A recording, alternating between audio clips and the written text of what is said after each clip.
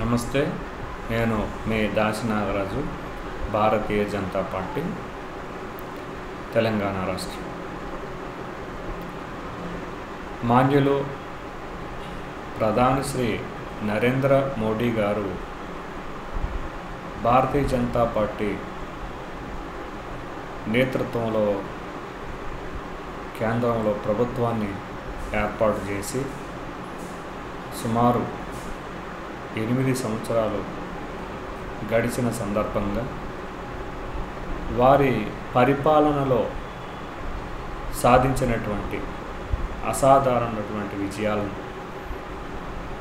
తీసుకున్నటువంటి సాహసోపేత నిర్ణయాలు ఏవైతే ఉన్నాయో వాటన్నిటినీ కూడా ప్రజలకు వివరించాలని, ప్రజలకు తెలియచేయాలని భారతీయ జనతా పార్టీ ఒక కార్యక్రమాన్ని రూపొందించి సుమారు 2 వారాల నుంచి ఈ యొక్క కార్యక్రమాన్ని జరిగిస్తూ ఉంది. దాని పేరు సేవ సుపరిపాలన గరీబ్ కళ్యాణ్. ప్రధానమంత్రి నరేంద్ర మోడీ గారు వారి యొక్క పరిపాలనలో ఏ విధంగా పేద ప్రజలైనటువంటి వారికి సంక్షేమ ఫలాలు పథకాల ద్వారా అందించబడుతున్నాయో, అదేవిధంగా వారి యొక్క పరిపాలనలో దేశ భద్రత ఏ విధంగా అయితే ఉందో,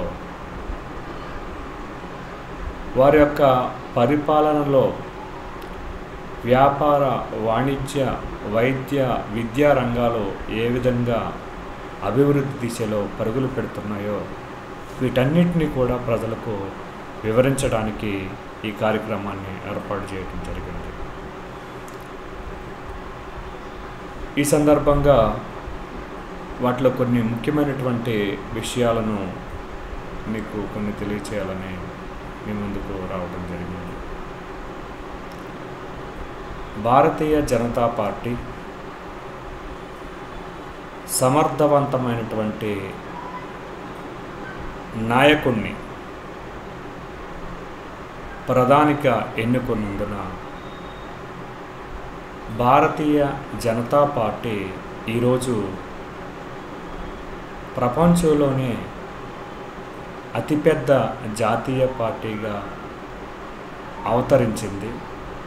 దాని యొక్క ప్రభావం, ప్రాబల్యం ఇంతగా పెరగటానికి ప్రధానమైనటువంటి కారణం,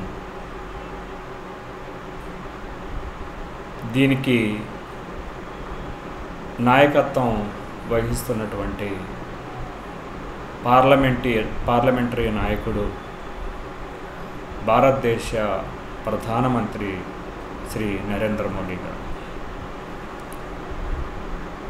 భారతీయ జనతా పార్టీ మన దేశంలో ప్రభుత్వాన్ని ఏర్పాటు చేసిన తర్వాత దాయాది దేశాలైనటువంటి చైనా, పాకిస్తాన్ గడగడలాడుతున్నాయి. దానికి కొన్ని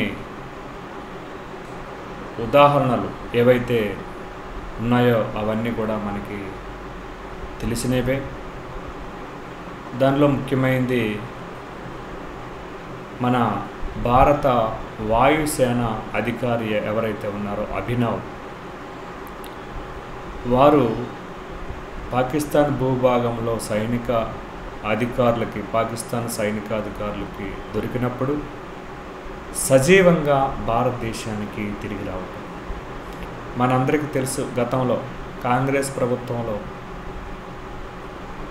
సామాన్య ప్రజల్ని, అలాగే భారత సైన్యంలో పనిచేస్తున్నటువంటి సైనికుల్ని లేదా సైనికాధికారుల్ని పాకిస్తాన్ అనేకమైనటువంటి విచిత్రమైనటువంటి చర్యలు వారి పట్ల చేసి వారి యొక్క మర్మాంగాలను కూడా కోసి రకరకాల చిత్రహింసలకు పాల్చేసి వారిని నిర్జీవంగా ప్రాణాలు తీసి వారి యొక్క పశుతత్వాన్ని ప్రదర్శించినటువంటి సందర్భం మనందరికీ కూడా తెలుసు. కానీ బీజేపీ ప్రభుత్వం భారతదేశంలో ఏర్పడిన తర్వాత ఈ ఉగ్రవాద సంస్థలు వారి యొక్క కార్యకలాపాలని విస్తరించడానికి కానీ వ్యాపింపచేయడానికి కానీ వారికి ధైర్యం సరిపోవట్లేదు. సమర్థవంతమైనటువంటి నాయకుడు భారతదేశంలో ఉన్నందువల్ల మీరు గమనించాలి, 8 సంవత్సరాల కాలంలో ఒక్కటంటే ఒక్క బాంబు పేలుడు జరిగినటువంటి సందర్భం లేదు. అదేవిధంగా భారతదేశంలో అనేక రకాలైనటువంటి సంక్షేమ పథకాలను రూపొందించి అమలు చేసింది భారతీయ జనతా పార్టీ ప్రభుత్వం. దానిలో ముఖ్యమైనవి కరోనా కాలంలో సుమారు 80 కోట్ల మంది వారి యొక్క ఆకలిని ఉచిత రేషన్ ద్వారా తీర్చినటువంటి ఘనత భారతీయ జనతా పార్టీ ఘనత అని, నరేంద్ర మోడీ గారి ఘనత అని సందర్భంగా నేను తెలియజేస్తూ ఉన్నాను. అంతేకాకుండా కరోనా సమయంలో ఆత్మనిర్భర్ భారత్ ద్వారా మన శక్తితోటే స్వయం పాలన దిశగా దేశం స్వయం ఉత్పత్తి దిశగా అభివృద్ధి చెందాలని ఉద్దేశంతో 20 లక్షల కోట్ల భారీ ప్యాకేజీని ప్రధానమంత్రి శ్రీ నరేంద్ర మోడీ గారు ప్రవేశపెట్టి దాన్ని సిద్ధశుద్ధితో అమలు చేయటం ద్వారా అనేకమైనటువంటి ప్రతిఫలాలని మనం చూడగలుగుతున్నాం. దానిలో ముఖ్యంగా మనం స్వశక్తితో వ్యాక్సిన్ని రూపొందించుకొని సుమారు 190 కోట్ల వ్యాక్సిన్లను మనం మన దేశంలో ఉన్నటువంటి ప్రజలకు అందించడమే కాకుండా 100 దేశాలకి మనం వ్యాక్సిన్ని ఎగుమతి చేసినటువంటి సందర్భం ప్రజలందరూ కూడా గుర్తుంచుకోవాలని సందర్భంగా నేను తెలియజేస్తూ ఉన్నాను. అంతేకాకుండా భారతదేశంలో బీజేపీ ప్రభుత్వం ఏర్పడిన తర్వాత మహిళల యొక్క ఆత్మగౌరవాన్ని కాపాడటం గురించి ప్రతి గ్రామంలో ప్రతి ఇంటికి మరుగుదొడ్డిని నిర్మించుకునేలాగా ప్రోత్సహించింది స్వచ్ఛ భారత్ మిషన్ ద్వారా. అంతేకాకుండా డీబీటీ డైరెక్ట్ బెనిఫిషియరీ ట్రాన్స్ఫర్ అనే విధానంలో ప్రజలకు సంక్షేమ పథకాల యొక్క ఫలాలు నేరుగా అందాలి అనే ఉద్దేశంతో సుమారు 25 కోట్ల జన్ ధన్ ఖాతాలను వారి చేత ఓపెన్ చేసి డైరెక్ట్గా వారి ఖాతాల్లోకే సంక్షేమ పథకాల యొక్క నగదును వారి అకౌంట్లోకే పంపిస్తున్నటువంటి ఘనత భారతీయ జనతా పార్టీ ప్రభుత్వానిదని ఈ సందర్భంగా నేను తెలియజేస్తున్నాను. 1 కాదు 2 కాదు, అనేక విషయాల్లో భారతీయ జనతా పార్టీ అద్భుతమైనటువంటి విజయాలను సొంతం చేసుకుంది. రైతులకు వారికి సంబంధించినటువంటి పథకాలు ఏవైతే ఉన్నాయో సంక్షేమ పథకాల యొక్క ఫలాలు డైరెక్ట్గా వారి యొక్క అకౌంట్లోని రావటం జరుగుతూ ఉంది. అదేవిధంగా స్టార్టప్ ఇండియా అనే పథకంలో అనేక మంది పారిశ్రామికవేత్తల్ని ప్రోత్సహిస్తున్నటువంటి సందర్భం మీ అందరూ కూడా గుర్తుంచుకోవాలని సందర్భంగా తెలియజేస్తూ ఉన్నా. ఇవి భారతదేశం యొక్క ప్రజలకు ఎంతో ఉపయోగకరంగా ఉంటూ దేశ అభ్యున్నతికి పాటుపడుతూ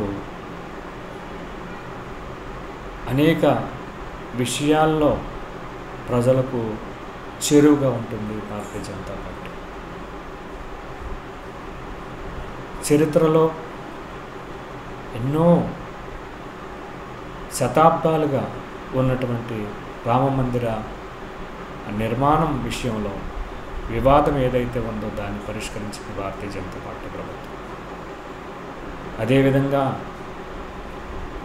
ముస్లిం మహిళల యొక్క ఆత్మగౌరవం ఏదైతే త్రిబుల్ తలాక్ ఉందో వారి యొక్క ఆత్మగౌరవం కోసం త్రిబుల్ తలాక్ని రద్దు చేసి వారి యొక్క రక్షణ విషయంలో వారధిగా నిలిచింది భారతీయ జనతా పార్టీ ప్రభుత్వం.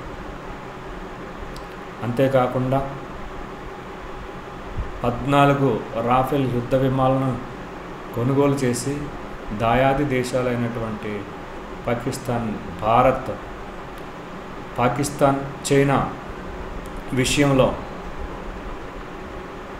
వారికి కంటి మీద కునుకు లేకుండా చేస్తూ అద్భుతమైనటువంటి విదేశీ విధానాన్ని ప్రదర్శిస్తూ ప్రపంచ దేశాల మన్ననలు పొందుతూ ఉంది భారతీయ జనతా పార్టీ ప్రభుత్వం.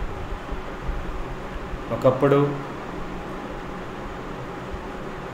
20 అభివృద్ధిలో 20వ దేశంగా ఉన్నటువంటి భారతదేశం ఈరోజు అభివృద్ధి చెందిన దేశాల్లో 6వ దేశంగా అవతరించి సుమారు 8% వృద్ధి రేటుతో పరుగులు తీస్తుంది అంటే అది భారతీయ జనతా పార్టీ విజయం అనే సందర్భంగా మీకు తెలియజేస్తూ ఉన్నా.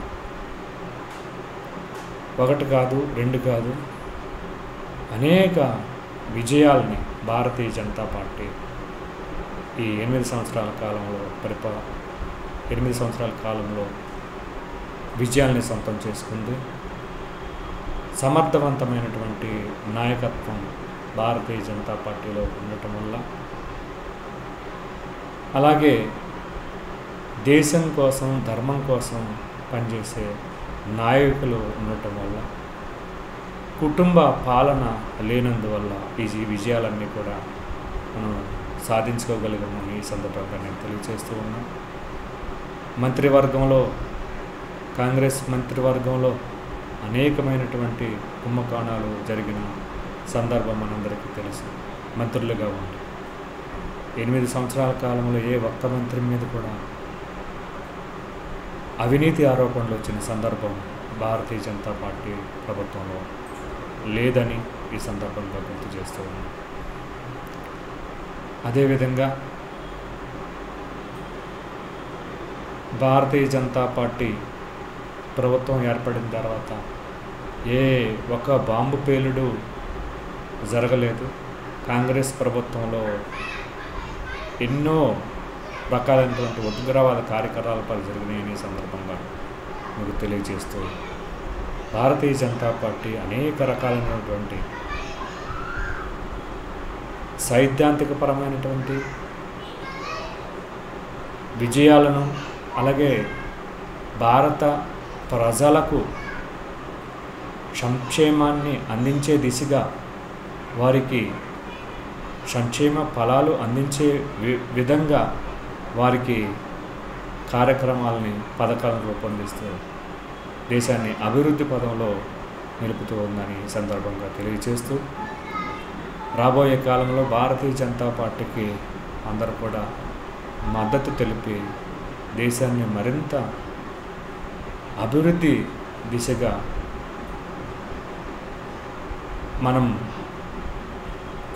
దిశగా దేశాన్ని నడిపించడానికి మనం సహకారం సహాయం అందించాలని తెలియజేస్తూ మిమ్మల్ని అందరినీ కోరుతూ ఈ యొక్క విషయాల్ని మీకు తెలియచేయటానికి సంతోషిస్తూ సెలవు తీసుకుంటున్నాను. భారత్ మాతాకి జై.